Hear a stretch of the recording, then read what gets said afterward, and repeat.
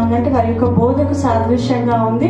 దాని గురించి మీరు జాగ్రత్త పడునని వారిని హెచ్చరిస్తున్నారు.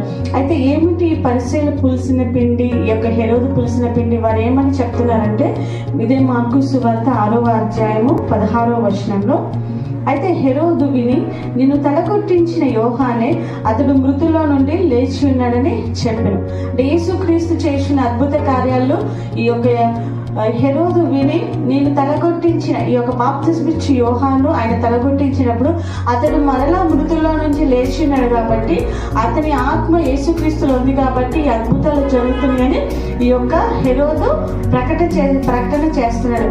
ఇప్పుడు హెరోదు రాజుగా ఉన్నాడు. ఇప్పుడు ఆ రాజు అలాంటి ప్రకటన చేస్తే దాదాపుగా ఆ యొక్క ప్రజలందరూ విశ్వసించే అవకాశం ఉంది. కాబట్టి యేసుప్రభువు వారు శిష్యులతో చెప్తారు, మీరు హెరోదు యొక్క పులిసిన పిండిని గూర్చి జాగ్రత్త పడుడి అని.